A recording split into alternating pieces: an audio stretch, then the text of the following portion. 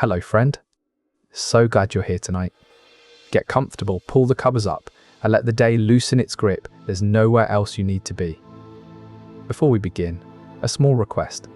Most of the people listening tonight aren't subscribed. If this channel has ever helped you drift off, take a moment to subscribe and tap the like button on tonight's video. Both are free, they take 2 seconds, and they help this channel more than you'd think. And you can always change your mind later. And if you feel like it, leave a comment telling me where in the world you're listening from and what time it is where you are. I love reading them. Tonight is a slow drift through the real story of Noah, one true thing at a time. There is nothing to do here and nothing to remember. Each one will pass like a slow cloud, some familiar, some quietly surprising, all of them real. If you fall asleep somewhere in the middle, that is exactly how this is meant to work. Settle in, let your breathing slow down, and we will begin. One more thing before we begin. I'm also a co-founder of a sleep app, built to be the most affordable one out there. No ads, ever. Just sounds and stories made to help you sleep. It may not be released yet as this video goes up, but if you're watching a little later, it might be out by now. It's called Dozly, and the link is in the description. It works on iPhone, Android, and everything in between. Downloading it is the best way to support this channel. Noah was born in a city called Johannesburg, which is now part of a province named Gauteng in South Africa. This place has an interesting history of its own, being known for both its gold mines and the apartheid system that once divided people based on their race. The name Johannesburg itself comes from the combination of two names, Johannes, after a man who helped establish the city, and Burg, which is German for town or castle. Gauteng, where Noah was born, has a climate that's quite different from what you might expect, with cool winters and warm summers. This is due to its location on a high plateau, surrounded by hills that help create this unique weather pattern. The city has grown considerably since Noah's birth, now being one of the largest urban areas in South Africa. That's quite a journey for a place to make over time. This high plateau also makes Johannesburg a hub for aviation, with several international airports serving as gateways to Africa. The city's gold rush history has left it with iconic mining headframes that dot the landscape, reminding residents of their past. Additionally, Johannesburg's diverse culture is evident in its vibrant townships, where communities have preserved unique traditions amidst rapid urbanization. Noah started working with the South African Broadcasting Corporation in 2008. That means he's been on their team for a while now, giving voice to their programs and maybe even guiding some of the content.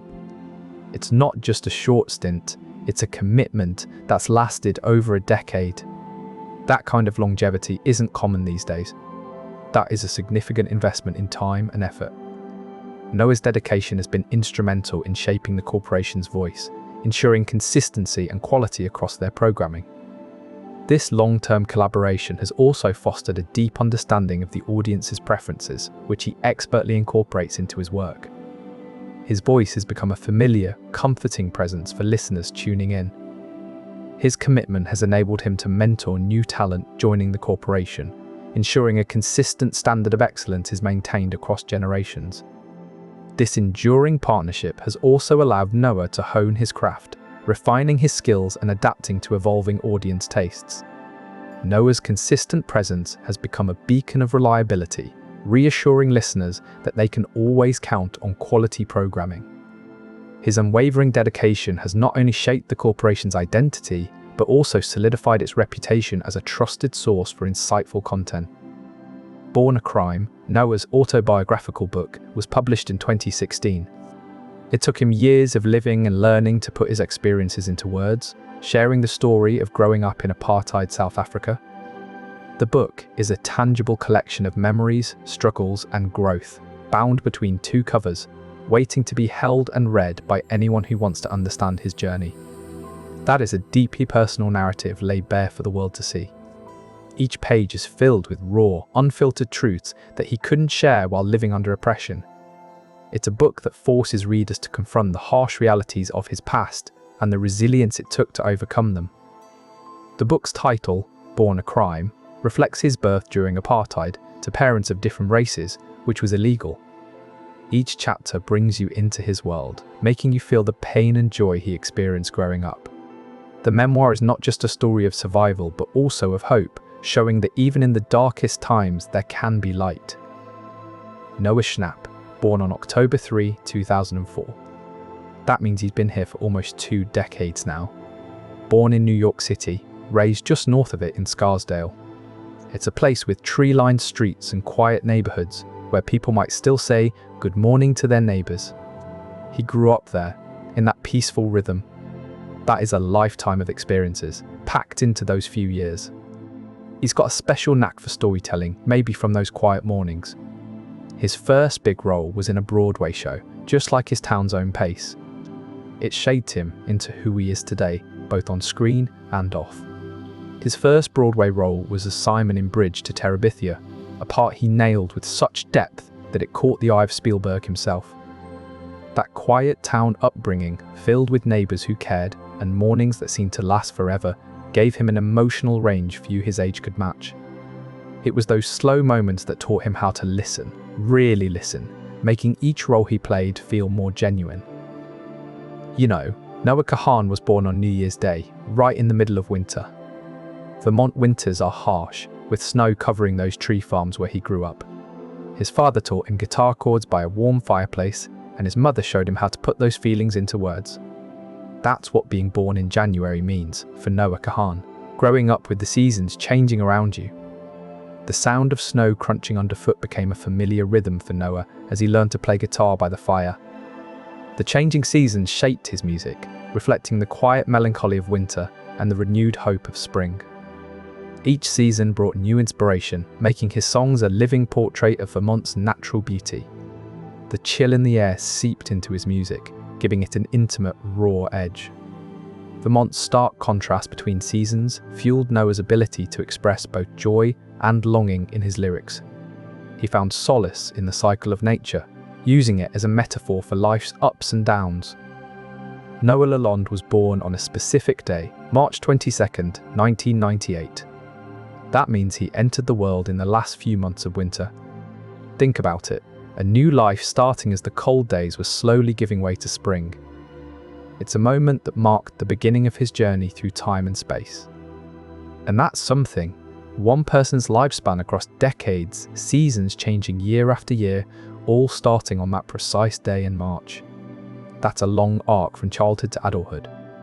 March 22nd, 1998 was also the first day of Aries season, symbolizing a fresh start and new beginnings. For Noah, this meant inherent leadership qualities and the courage to embark on his life's adventures. The world he entered was marked by the dot-com boom, reflecting a time of rapid growth and change that would shape his experiences. The digital age he was born into meant that his life would be documented in ways unimaginable to previous generations. As the millennium approached, Noah's early years were filled with rapid technological advancements that would forever alter communication and connection. Noah, the son of Zenith, became the second king in a line of rulers, inheriting the throne from his father. This means Noah was entrusted with leadership over his people, carrying on the legacy that began with his grandfather, who first ventured into this land. As king, Noah would have been responsible for making important decisions, ensuring the welfare of his people, and guiding them through times of peace and strife. That is what it means to be a second-generation ruler, stepping into your father's shoes and continuing the family's reign over a kingdom.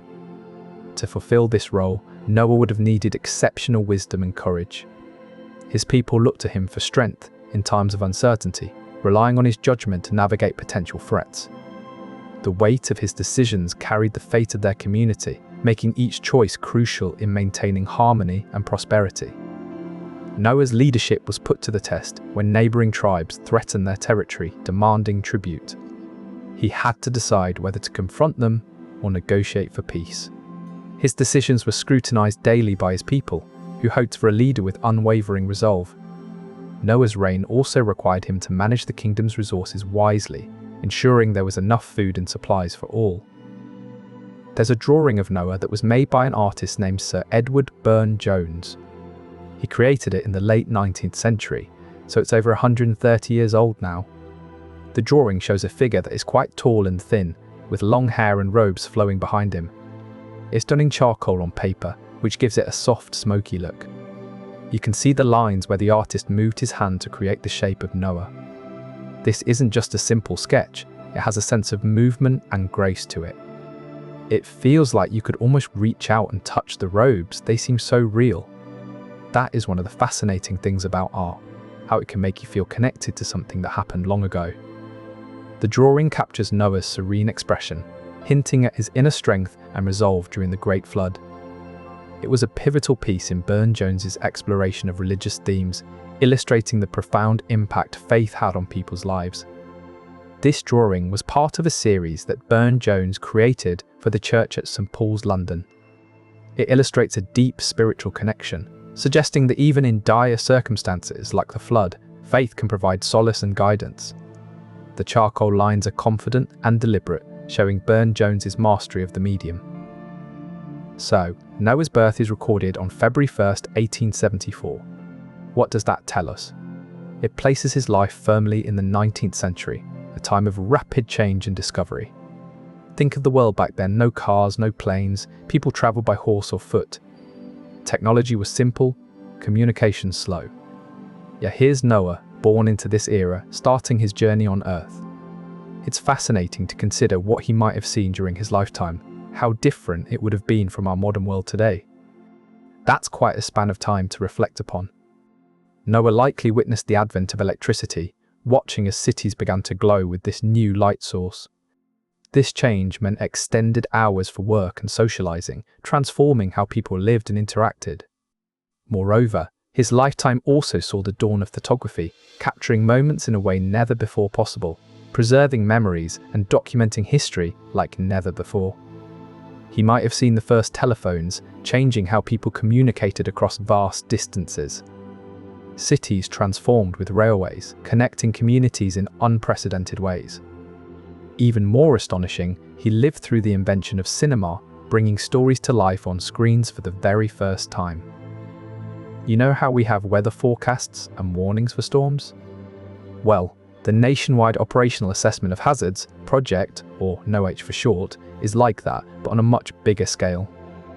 It's set up to keep track of all kinds of dangers across the whole country, things like earthquakes, floods, and even volcanic eruptions. The idea is to spot problems early so people can stay safe. That way, you don't just find out about a hazard when it's already too late. NOAH gives us a heads up so we can act fast. NOAH uses satellite imagery and real-time data to monitor these hazards, providing crucial information to emergency responders. Its advanced algorithms help predict potential threats with remarkable accuracy, saving countless lives by allowing communities to prepare in advance. NOAA also utilizes ground sensors and seismic activity trackers to detect subtle shifts in the Earth's crust, offering early alerts for earthquakes. Its data integration capabilities allow for real-time coordination among various response teams, ensuring swift action during emergencies. Additionally, NOAA supports regional climate analysis, helping communities adapt to long-term environmental changes and minimize risks from hazards. You know, NOAA was an initiative of the University of the Philippines, which is quite fascinating. When you think about it, universities are places where knowledge and ideas grow, but this one took on a project that involved water, currents, and the sea itself. They must have had a vision for what they wanted to achieve with this project, something concrete and real, not just academic. That's impressive. What would you say to that? They launched a research vessel, aptly named Noah, into the sea's unpredictable embrace. This was no casual endeavor. It reflected their deep-seated desire to understand marine ecosystems and mitigate human impact. By venturing into this aquatic frontier, they sought tangible solutions for a sustainable future. Equipped with state-of-the-art instruments, Noah could collect data on water quality and marine life, shedding light on the intricate interplay between human activities and ocean health. This initiative underscored the university's commitment to practical, grounded research that can drive policy changes and community engagement. Their research vessel, Noah, was designed to withstand harsh conditions, ensuring it could operate in storms and rough seas. This enabled scientists to gather crucial data during extreme events that significantly impact marine life and coastal communities. By studying these events, they aim to develop resilient strategies that protect both ecosystems and people. The university's dedication to hands-on learning meant that students were actively involved in the vessel's missions, gaining first-hand experience and contributing to real-world solutions. The official YouTube channel for Noe has an address you might look up if you wanted to find videos about that story from the Bible. It's like a virtual place where all those clips are stored, waiting for someone to click and play them. Think of it as a shelf filled with digital versions of that tale, ready for anyone to watch at any time. That is quite a collection to have in one spot. From ancient times, this story has resonated with countless cultures, offering guidance and inspiration. The channel's creators have meticulously preserved each video, ensuring their quality remains pristine for future generations to appreciate. These videos offer a vivid glimpse into biblical events, bringing ancient narratives to life. Each scene is crafted with intricate detail, drawing viewers into the story's emotional core. This collection serves as an invaluable resource for religious education and spiritual reflection. Each video presents vivid reenactments, using original languages to maintain authenticity. Viewers can also access subtitles in multiple languages, making these videos accessible to a global audience. The channel's collection not only preserves the story, but also fosters cultural understanding and appreciation. You know how some people say that the world's getting smaller? Well, it seems like big companies are feeling that way too, because they're packing up and leaving China. It's not just one or two, but lots of them. Why? A few reasons. One is the lockdowns. Because of COVID-19, you can picture all those empty streets and closed factories. Another is the tension between countries over trade. It's like a big game of musical chairs, but with offices and warehouses instead of seats. That's happening right now, as we speak. It's a big shift, with companies moving their supply chains and operations to other parts of Asia or even back home. This isn't just about lower costs anymore, it's about stability and reducing risk. The ripple effects are real, impacting local economies and job markets where these businesses once thrived. Some factories are being dismantled, piece by piece, to be reassembled elsewhere. Companies are signing new leases and building permits in record time. Local suppliers who once enjoyed steady business are now left scrambling for alternative clients. Patricia Nombaiselo Noah, Noah's mother, comes from a people called the Xhosa. The Xhosa are part of the larger group known as the Bantu, who originally came from West Africa and moved south into what is now South Africa centuries ago. They have their own language, with unique clicks and tones that set it apart from other African languages. This fact tells us about Noah's roots, about a specific place and culture he comes from. It connects him to ancient traditions, to the rolling hills and grasslands of the Eastern Cape. That is a deeply personal piece of history. Patricia Nombaiselo Noah, Noah's mother, comes from a people called the Xhosa. The Xhosa are part of the larger group known as the Bantu, who originally came from West Africa and moved south into what is now South Africa centuries ago. They had their own language, with unique clicks and tones that set it apart from other African languages. This fact tells us about Noah's roots, about a specific place and culture he comes from. It connects him to ancient traditions, to the rolling hills and grasslands of the Eastern Cape. The Xhosa people are known for their intricate beadwork, each design holding a unique story. These stories often speak of resilience and strength, reflecting the challenges they faced during their long journey southward. The language and traditions have been preserved through generations, showing a profound respect for heritage and history. Noah's mother and father come from different faith backgrounds. His mother is Jewish and his father is Christian. This means that Noah grew up with two distinct sets of beliefs and practices. His mother might have taught him about the Torah, the Sabbath, and the importance of keeping kosher. Meanwhile, his father could have introduced him to the New Testament, the significance of Christmas and Easter, and going to church on Sundays. Growing up in such a household can be like walking between two worlds, learning to appreciate both sides of your heritage. It's a unique experience that shapes how you see the world and understand different cultures. That is a rich tapestry of experiences to draw from. He learned to read Hebrew from his mother and could recite Bible verses in both languages.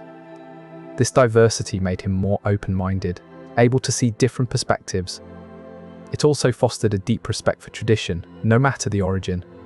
Noah's home was filled with the scent of shallot on Fridays and pine needles at Christmas. This blend of traditions taught him to embrace diversity, seeing it not as a challenge but an opportunity for growth. He found joy in the rhythm of both calendar cycles, celebrating Hanukkah while also looking forward to Easter egg hunts. Noah attended Hanover High School in Hanover, New Hampshire. That's a school nestled in the green hills of Dartmouth College country, a place where winters are cold and quiet. It's a small town, just a few thousand people, surrounded by forests and farms. You can picture him walking to school on crisp autumn days, maybe crunching through leaves with friends. The school itself is modest, not grand or flashy, but warm and familiar.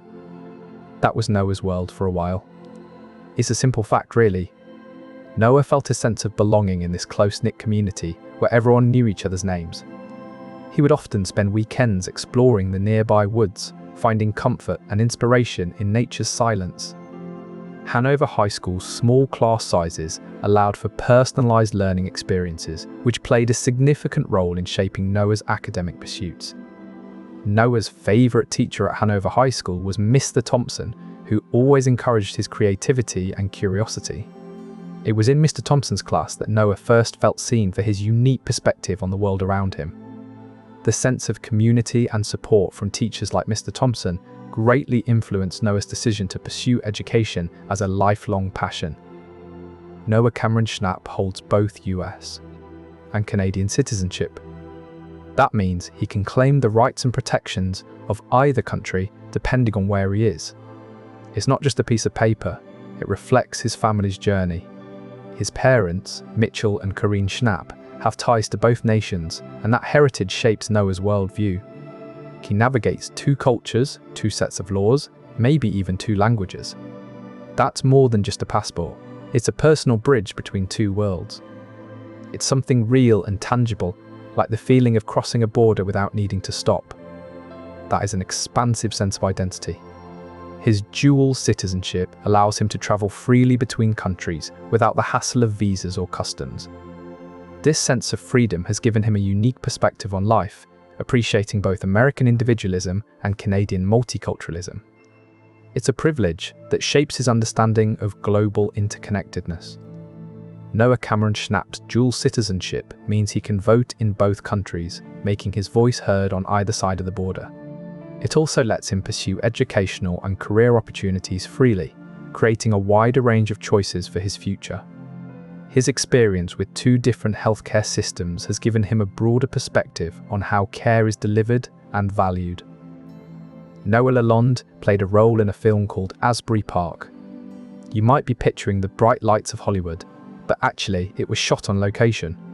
That means they brought the cameras to the actual place and used what was really there, the streets, the buildings, the ocean nearby. It's like taking a snapshot and making a movie out of it, all in one go. Think about how much detail they must have captured just by pointing the camera at what was already there. That's pretty impressive. He played Reese, that's his character's name. That means he had lines to learn, scenes to act out, and a story to help tell. It's not just standing in front of a camera, it's bringing something real to life. That takes skill and focus. So, this is more than just a movie role, it's a piece of work that adds up to something meaningful. Every building, every shadow, every face on the street added to the authenticity. The film crew even caught the local accent perfectly, preserving the unique rhythm and cadence of the community's speech. This approach to filmmaking lets the audience truly experience a place rather than just seeing it through a filter. The name Noah in Middle Eastern mythology stands for a lot of things: faith, obedience, and a deep connection between humans and the divine. It's like he's the symbol of trusting in something bigger than yourself, even when it's hard. Like building an ark when everyone else thinks you're crazy. That faith and obedience are what make him significant in those stories. You could say he's the bridge between people and something greater. That's a powerful role to play in mythology. In a world where floods were seen as punishments from angry gods, Noah's Ark became a beacon of hope. It meant that even in chaos, there was a promise of renewal. His faith and obedience weren't just personal virtues, they were survival tools for humanity. that deep trust in something greater, carried people through the darkest times. In many depictions, Noah's Ark is shown with a single window, symbolizing hope and light amidst darkness. This detail emphasizes that even in the bleakest moments, faith can illuminate a path forward. The Ark itself serves as a reminder that preparation and steadfastness are crucial for navigating life's storms. His actions demonstrated that true devotion isn't just about personal belief, but also about protecting and guiding others through difficult times. Noah is considered one of the patriarchs in the Jewish scriptures. That means he's one of the founding fathers, a central figure passed down through generations. It's like being a cornerstone in an ancient building, holding up the structure, shaping the future. Every time his name is mentioned, it echoes back to that original foundation. That is what sets him apart. His name is invoked during crucial life passages, a reminder that strength and resilience can be inherited. This ancestral connection was so powerful, it shaped communal identity, fostering a collective sense of purpose and belonging. Noah's legacy is carried through his descendants, a long line that includes kings and prophets. His actions in the Ark, defying floods to preserve life, embody hope amidst adversity. This heritage inspires resilience, teaching future generations to face challenges with courage. The rainbow that followed Noah's story served as a symbol of peace, a promise from above. It reminded people that even after destruction, there's always hope for renewal. This resilience wasn't just about survival, it was about preserving life and diversity, ensuring nothing like the flood would ever happen again. You know, there's a project named after Noah that's connected with UP Diliman in the Philippines. This isn't just some symbolic gesture, it's a real undertaking with a physical presence. Think of a sprawling campus, with buildings and landmarks dotted across the landscape. The Noah Project is part of this space, not just mentioned in a book somewhere. It has a place on the ground, a spot you could walk to. What does that mean? Well, it means people can see it, interact with it. It's not hidden away or abstract. That's tangible. And that's interesting. This project includes a state-of-the-art research facility housing some of the most advanced equipment in the country. Its purpose is to study climate change and its impact on the region. It's a beacon of hope for sustainable development in the area. Visitors often remark on how it inspires them to think about the future of our planet. The facility is designed with renewable energy sources like solar panels and wind turbines to minimize its carbon footprint. Its labs are bustling with scientists from various fields, collaborating on projects that tackle local challenges caused by climate change. This real-world application of cutting-edge research makes the Noah Project an invaluable resource for the community. You know, Noah's story is one of those tales that transcends religions. It's familiar ground for Islam, Judaism, and Christianity. Think about it, 3 major world religions, each with its own unique take on the story. Yet, at the core, there's this shared narrative, like a common thread weaving through different cultures. It's not just about floods and arcs, it's about survival, hope, and new beginnings. That's a powerful common ground to share. For instance, in each faith's version, the ark serves as a sanctuary, a place where life is preserved and renewed. This shared symbolism underscores the importance of resilience and preservation across cultures. Moreover, the story emphasizes the moral responsibilities that come with survival, teaching us about stewardship and caring for our world. For example, in both Jewish and Christian traditions, the ark is said to land on Mount Ararat, symbolizing a fresh start after the deluge.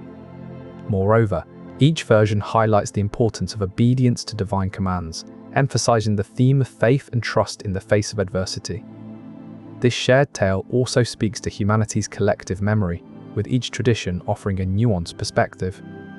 For Muslims, Noah is known as Nuh, and his story serves as a reminder of God's mercy amidst punishment. Meanwhile, in Jewish law, the ark's dimensions are carefully prescribed, highlighting divine order within chaos. Each version resonates deeply with its followers, illustrating our shared human experience. In 2022, many companies started considering leaving China because of the strict lockdowns and rising costs. These lockdowns mean whole cities or regions shut down, with people unable to leave their homes for weeks or even months. This makes it very difficult for businesses to operate as they can't get supplies or products out. Plus, the cost of doing business in China has been increasing steadily. Between these two factors, it's no wonder companies are looking elsewhere. That's a significant shift, especially considering how much business was done there before. Many multinational corporations, including Apple and Nike, had already begun diversifying their supply chains in response to these challenges. The ongoing trade tensions between China and other countries have also played a significant role in this shift, as businesses seek more stable environments for growth. For many companies, the sudden shutdowns disrupted crucial manufacturing timelines. The uncertainty made long-term planning nearly impossible, forcing them to reevaluate their strategies. Without a reliable workforce or steady supply chain, maintaining quality control became a significant challenge. This uncertainty often led to sudden layoffs, as companies couldn't guarantee their employees a steady income. Many businesses found it increasingly difficult to comply with China's complex regulations, which further strained operations. Moreover, the shift in business strategy has highlighted the importance of supply chain resilience and adaptability. You know how sometimes in a crowd, there's one person who stands out? Maybe they're kinder, more honest than the rest. That's Noah. In a world full of chaos and unkindness, he was different. He found favor with God because of his goodness, his pure heart. It's like finding a still pond in the middle of a stormy sea. Amidst the noise and turmoil, there's peace and calmness. That's Noah for you. He was a beacon of light in a dark time. What do we make of this? We see that even in difficult times, goodness can shine brightly. Noah's goodness wasn't just about his actions, but also his integrity. He didn't compromise his values, even when it was hard. His light shone brighter because of the darkness around him. It took courage to stay true to what he believed in, and that made all the difference. In fact, Noah's integrity was so strong that he even defied societal norms. He built a massive ark in an era where shipbuilding wasn't commonplace, showing his commitment to God's warning. This act of obedience in the face of ridicule further underscored his unwavering faith and goodness. There's a way to see Noah's Ark compared to modern ships. Interactive pictures show the size of the Ark next to things like aircraft carriers and the Titanic. It helps you understand how big the Ark was, even though it was built so long ago. Think about all the space inside, enough for animals and people to live. The Ark was huge, but not as big as some ships today. That's what these pictures help us realize. It's estimated that Noah's Ark could have housed over 1 million animals if they were packed in efficiently. This would mean each pair of animals had about 4.5 square meters of space, comparable to a modern livestock pen. The Ark was designed with 3 decks, providing ample vertical room for all the creatures and their food supplies. The Ark's design included a central staircase connecting all 3 decks, essential for moving animals and supplies. This ensured easy access and efficient use of space. Despite its size, the Ark was built to withstand intense conditions, reflecting the skills and knowledge of ancient shipbuilders. You know how in Christianity, people talk about being born again through Christ? Well, they also see that whole idea of rebirth and salvation in the story of Noah. Think about it. A world washed clean by floodwaters, starting over with just one family. It's like a fresh start, a new beginning. That's what they find so meaningful in Noah's story. Consider this. Even the ancient practice of baptism ties back to this idea. Just as Noah and his family were saved from the waters of the flood, Christians believe they're saved through the waters of baptism. It's a powerful connection, isn't it? That is how Christianity sees salvation and rebirth through Christ in the Noah story. In fact, early Christians often referred to baptism as a new birth or rebirth, directly linking it to Noah's story. They believed that just as water brought life and renewal after the flood, so too does the water of baptism bring spiritual rebirth. Additionally, some Christian traditions even see Noah's Ark as a symbol of the church, with believers safely journeying through the waters of life together. You know, the name Noah in the Bible isn't just some English translation. It comes from the original Hebrew text, where his name is Noach. Isn't that interesting? It makes you wonder what that name meant to the people who first heard it. Was it something familiar to their ears, like a comforting melody? Or was it new and unexpected, like finding a hidden path in the wilderness? We'll probably never know for sure. But one thing is certain, it has echoed through time, passed down from generation to generation, always connected to that story of a man and an ark. Noah's name, Noach, might have been chosen for its meaning in Hebrew, rest or comfort. This could reflect his role as a bringer of peace amid chaos. Or it could signify the divine rest he experienced after completing God's command, offering a profound message of obedience and trust. This name, Noach, could also be interpreted as a sign of God's promise to never again destroy the earth with flood. It embodies hope for future generations. In fact, it's been suggested that the similarity between Noach's and the Hebrew word for arks might not be coincidental. In Islamic tradition, Noah is called Nuh. Think about it for a moment, how different languages shape the way we think about history and people. If you speak Arabic or another language that draws from Islamic traditions, you might have heard stories of Nuh building an ark to save his family and animals from a flood. It's like looking at the same event through a different lens, each culture adding its own richness to the narrative. That's what makes this fact so interesting. It shows us how the same story can be preserved in diverse ways across the world.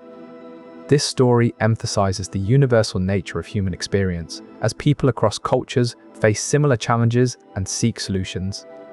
The name Nuh reflects a connection to the prophetic lineage in Islamic tradition, underscoring his role as a religious figure who guided his community through adversity. This narrative not only preserves historical events, but also embodies cultural values and teachings, shaping how communities understand their past and present. In some depictions, Nuh's ark is not just a vessel, but also a symbol of hope and divine mercy. The story serves as a moral guide, teaching resilience and obedience in the face of adversity. It underscores the power of faith and perseverance, as Nuh's steadfast belief guided his actions and ultimately saved lives. Do you know how some people see Noah? As a sort of first Christ figure. It's like they're saying, look, here was this guy long ago who went through something big and came out the other side with hope. It wasn't just that he survived the flood, but that he brought life back to the world. That's what people see in him, a kind of rebirth. You can picture it, right? After all that rain, all that water, here's this man and his family stepping onto dry land again. They're not just alive, they're starting over. And that's something, isn't it? That's why some see him as a precursor of Christ. It makes you think about what comes after the storm. And think, after that storm, what did he do?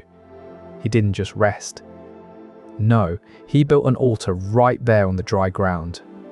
A sign of hope, of faith restored. It wasn't just about living again, but living with purpose. After all that water, this man chose to start fresh, with a clear heart and a steadfast mind. The story of Noah and the Ark is a tale found in the first half of the Bible, in what's called the Old Testament. It's like an ancient family heirloom, passed down for generations. The book it comes from, Genesis, is where many origin stories are kept. It's not just any story though. This one's about a man named Noah, who was tasked with building a massive boat called an ark to save his family and the world's animals from a great flood. This isn't just a simple folktale, it's part of a much larger collection of sacred texts that have shaped beliefs and cultures for thousands of years. That's quite a legacy to leave behind. The Old Testament, where this story resides, is like the cornerstone of many faith traditions. This ark was no ordinary boat. It had to be large enough to hold at least 2 of every kind of animal, along with food for them and Noah's family during the flood. The task was immense, requiring not just physical labour, but also faith that a flood would come. For Noah, this wasn't just about survival. It was about trusting in a divine plan when others around him likely doubted. Noah Lalonde grew up in Detroit, Michigan. That means he was surrounded by the sounds and sights of a major city. He would have seen the tall buildings of downtown, heard the hum of traffic on I-75, and felt the pulse of life that comes from being part of a big community. It's not just about numbers, it's about the experience of living in a place where opportunities are abundant and culture is diverse. You can picture the bustling streets filled with people from all walks of life. That was his backdrop, shaping him as he grew into adulthood. Detroit has its own unique spirit, and that's something you carry with you forever. From the smell of Coney Island hot dogs wafting through the air to the rhythmic beats of Motown echoing from storefronts, every sense was engaged. This environment instilled in him a deep appreciation for the blend of old and new, where historic neighborhoods like Corktown coexist with sleek skyscrapers. Growing up in Detroit, Noah also experienced the city's vibrant art scene. From attending performances at the Fox Theatre to strolling through the Detroit Institute of Arts, he was immersed in a world that valued creativity and expression.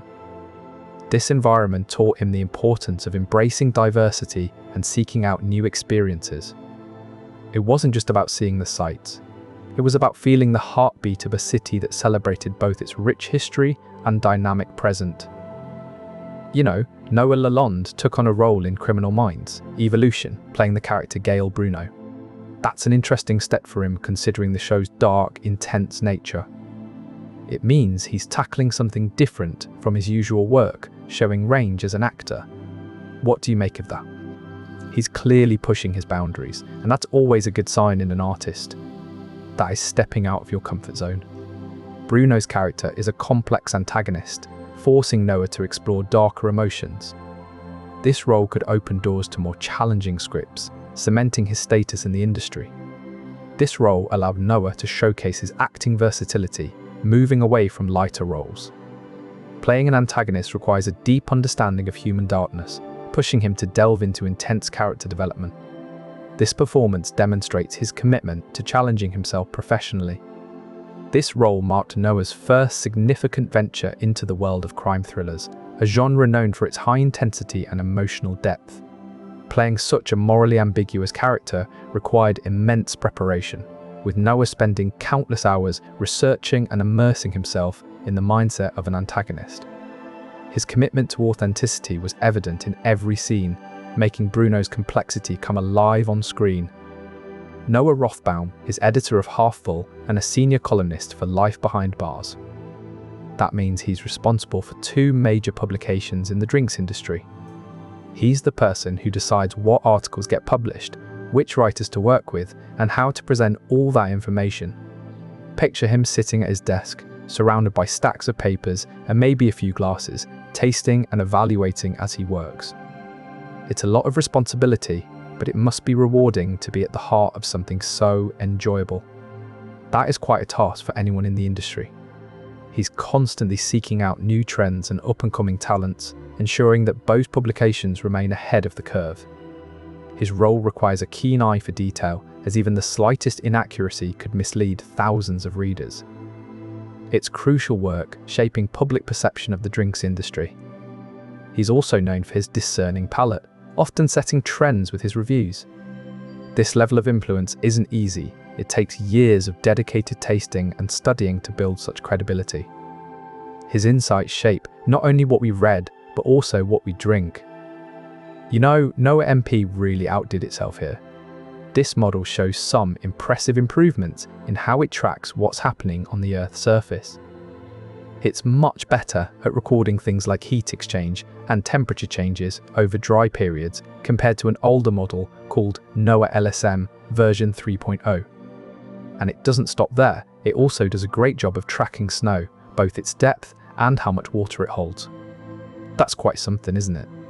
All these improvements make it a much more reliable tool for understanding what's going on with our planet's surface. So, it's clear that Noah MP is a significant step forward in modelling the Earth's surface processes. Noah MP uses advanced algorithms that simulate real-world conditions more accurately. This means it can predict weather patterns and their impact on the environment with greater precision. The enhanced accuracy of Noah MP is crucial for planning climate mitigation strategies, as it provides a clearer picture of what changes might occur in different scenarios. Noah MP's precision in heat exchange and temperature change tracking has led to more accurate climate modelling, which is vital for agricultural planning. The enhanced snow depth measurements enable better flood prediction, safeguarding communities against potential hazards. Additionally, Its improved water retention estimates are crucial for optimizing irrigation practices, contributing to sustainable resource management. There's been some interesting work going on with weather predictions. The National Centers for Environmental Prediction have been using a model called ETA for their forecasts.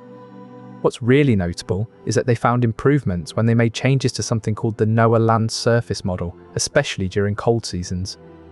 You see, these models simulate how heat and water move between the Earth's surface and the air above it.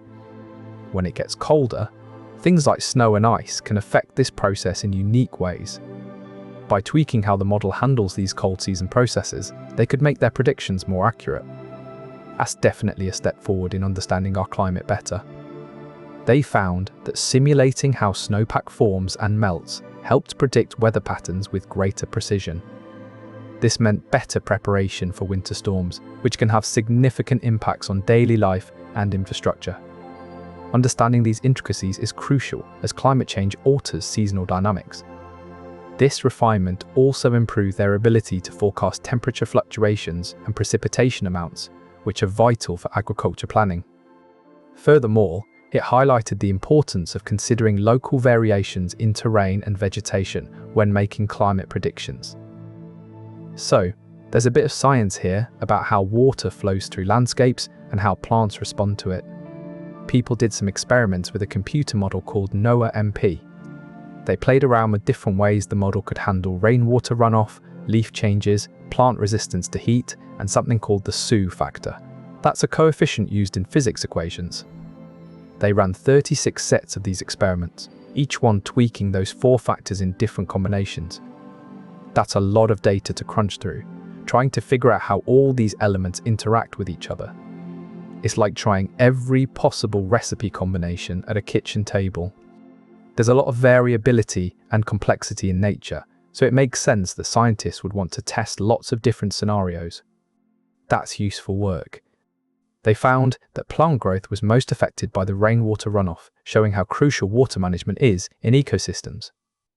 Changes in leaf characteristics played a significant role in mitigating heat stress, highlighting the importance of foliage adaptations. The SIA factor, which influences energy exchange, had a notable impact on overall plant health, emphasizing the need for accurate physical modeling. You know how they use computers to predict the weather? Well, they made some changes to one of those models they use, called ETA.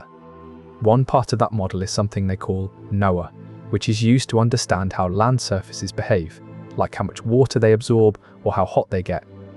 So when they improved this ETA model, they also updated NOAA to better understand the ground we walk on. This improved NOAA model can now factor in more types of land cover, like forests and urban areas. Before this update, the ETA model often underestimated rainfall during summer storms. With these changes, meteorologists can provide more accurate forecasts, helping communities prepare better for severe weather events. For instance, in dense urban areas where concrete and asphalt dominate, NOAA can now account for how these materials heat up faster than natural surfaces. This means meteorologists can more accurately predict where and when heat waves will be most intense, giving city planners time to implement cooling measures. Additionally, understanding the specific interactions between land cover types and weather patterns has allowed scientists to identify previously overlooked factors contributing to extreme weather events. The ETA model from NCEP, that's the National Centers for Environmental Prediction, covers a big area. It includes all of North America, think Canada down to Mexico. That means weather forecasts can be more accurate across a whole continent. That is a lot of land and air to monitor.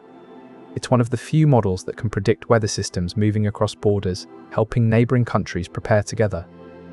This broad coverage means meteorologists can track and analyse larger weather patterns, leading to more reliable, long-term forecasts for everyone in the region. This broad coverage enables the model to detect and predict severe weather events like hurricanes and snowstorms that don't stop at borders. It can also track subtle changes in climate patterns, providing valuable insights for agricultural planning and environmental studies. This comprehensive approach is crucial for managing natural disasters and promoting regional cooperation. This broad coverage even allows for predicting weather anomalies that might otherwise go unnoticed, such as heat domes and cold snaps.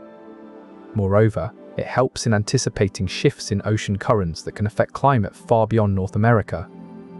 Additionally, this comprehensive approach enhances the accuracy of seasonal forecasts, giving communities ample time to prepare for potential disruptions. You know, Noah, after all that water from the flood had finally dried up, he built an altar for God. I mean, think about it. Can you picture it? He must have gathered stones, maybe large ones, to build this structure where he could worship. It's a tangible sign of faith and devotion, right there in the newly dry land. That's a powerful act of reverence after such an enormous event. He probably chose a spot overlooking the valley where the floodwaters once stood, a visible reminder of God's promise. This altar was not just a monument, but a symbol of hope for future generations, showing that even after chaos, faith endures. He may have inscribed God's name on a stone, an eternal witness to his faith. This altar was not just a structure, but a beacon of peace amidst the desolation. It served as a call to remember, to believe, and to trust in the divine. This altar was likely a place where Noah's family gathered, recounting God's deliverance and promising to honor his commandments. It stood as a stark contrast to the world before the flood, a sign that life could begin anew with faith at its core. This simple structure was a declaration that humanity would rise above its own failures, guided by divine mercy. You know how people always talk about improving their weather forecasting skills? Well, it's not just a human thing anymore. Scientists have upgraded the NOAA LSM in the ITER model, and now it's better at predicting low-level temperature and humidity. It's like giving your thermometer superpowers. But how does this work? Think of the atmosphere as a big blanket around the Earth. The upgraded NOAA LSM is like a smarter sensor that can measure tiny changes in heat and moisture under that blanket more accurately than before. So, next time you check the weather forecast, remember that machines are getting better at guessing what's coming your way. That upgrade has made a real difference in how well we predict the weather. The upgrade also helps with tracking moisture from evaporation, which is crucial for predicting rainfall patterns. This means we're now better equipped to forewarn areas prone to flooding or drought. Moreover, the improved model allows meteorologists to fine-tune their forecasts, leading to more accurate predictions for both daily weather and long-term climate trends. This enhanced NOAA LSM model has shown significant improvements in its ability to simulate cloud formation and dissipation, which directly impacts sunlight hours. It means better estimates for solar panel efficiency and outdoor activities planning. Additionally, the upgraded model considers more factors from various altitudes, leading to a more comprehensive understanding of air quality trends. There's a challenge in statistical hydrology today. You know how we try to predict rainfall and such? Well, it turns out our models just can't handle the really extreme stuff. This is known as the Noah effect. When it rains so hard, it feels like a biblical event. And there's another one called the Joseph effect, which I guess is about droughts being just as severe. Our best tools struggle with these extremes. Something to consider. These extremes can lead to catastrophic flooding or prolonged droughts, causing immense damage to infrastructure and agriculture. The Noah effect, for instance, overwhelms drainage systems designed for average rainfall, while the Joseph effect decimates crops relying on consistent water supply. Worryingly, these extremes are happening more frequently now, a clear sign of climate change. The Noah effect can cause rivers to burst their banks and homes to be swept away in sudden flash floods. Meanwhile, the Joseph effect sees farmers watch their lands turn into dust bowls, leading to food shortages. Did you know? The biblical account of Noah's flood might be based on real events or stories from ancient times. It says the flood lasted for at least 10 months. Imagine that, 10 months underwater. That's not a storm, it's a persistent event, possibly caused by climate change or relentless storms. Interestingly, Near East ancient stories also talk of floods lasting months. So this isn't just myth, it could be drawing from real experiences. This duration suggests a catastrophic shift in weather patterns, linked perhaps to ocean currents or atmospheric changes. Such an event would reshape landscapes dramatically, eroding valleys and depositing silt over vast areas. Entire cities and villages would be submerged, leaving only ruins buried under sediment. This catastrophic event likely displaced communities, forcing them to migrate in search of higher ground. The sheer force of the water carved new river channels and reshaped coastlines, forever altering geography. Did you know Harold Edwin Hurst made some really interesting observations about water levels? He noticed that even though rainfall can be quite unpredictable, the amount of water in rivers tends to stay pretty consistent over time. You might think that would change a lot with all the different weather patterns, but it's like the river has a way of balancing things out. That's a fascinating insight into how nature works. He found that even during dry periods, rivers still maintain their flow. This consistency helps sustain wildlife and supports human communities along riverbanks. It's as if nature has an inherent resilience to weather variations, ensuring life can continue uninterrupted. He noted that this balance is maintained through slow-moving groundwater, which acts as a buffer against sudden changes in surface water. This resilience allows ecosystems to thrive and adapt over long periods of time. It highlights nature's ability to sustain life even in the face of climate variability. Interestingly, this steady flow is largely due to the gradual release of water from underground aquifers. This means that even when surface rivers appear low, there's a constant supply beneath the ground. It's this hidden reserve that helps maintain river levels during dry spells. What's more, this consistent water supply supports diverse plant and animal life along riverbanks, creating habitats that wouldn't exist if water levels fluctuated wildly. You know, it's fascinating how art can capture a moment in time and hold on to it for centuries. In Florence, around 1408, there was an artist named Lorenzo Monaco. He painted a scene, Noah standing on a ship with animals all around him. Tempera on wood, carefully layered colours, drying before more is added. That painting has survived the test of time and is now part of the Metropolitan Museum of Art's collection in New York City. Over 600 years old, reminding us of stories passed down through generations, a powerful legacy to leave behind. Noah's Ark offers a glimpse into medieval Italy's spiritual life. It reflects deeply held beliefs in salvation and divine protection. Each animal serves as a symbolic reminder of God's covenant with humanity. In 2022, Tesla's Shanghai factory was brought to a halt for 3 weeks. Not just a day or two, but 21 days of no work. The production line stood still, assembly robots idle, workers at home, factory doors closed, usual hum replaced by silence. It's significant, especially in an industry where time is money. That's what a COVID lockdown can do, bring a major operation to a standstill. A backlog of orders took months to clear. Suppliers felt the impact, some facing financial strain due to the sudden halt in demand. The ripple effect was significant, affecting not just Tesla, but the entire supply chain. The lockdown highlighted Tesla's dependency on China, a key market and production hub. It underscored the fragility of global supply chains when faced with sudden disruptions. The shutdown raised questions about contingency planning in the face of unpredictable events.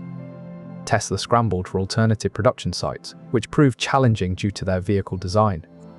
Additionally, the closure exacerbated an already tight global supply of electric vehicle components, sending shockwaves through the industry. And that is where we will leave Noah for tonight. The facts will still be true tomorrow, and this video will still be here whenever you need it. If you are still awake and you would like to keep drifting through history, there will be another quiet video waiting for you on the screen when this one ends. And if these slow evenings help you rest, you might like to subscribe or leave a soft comment or share the video with someone who could use a gentler night.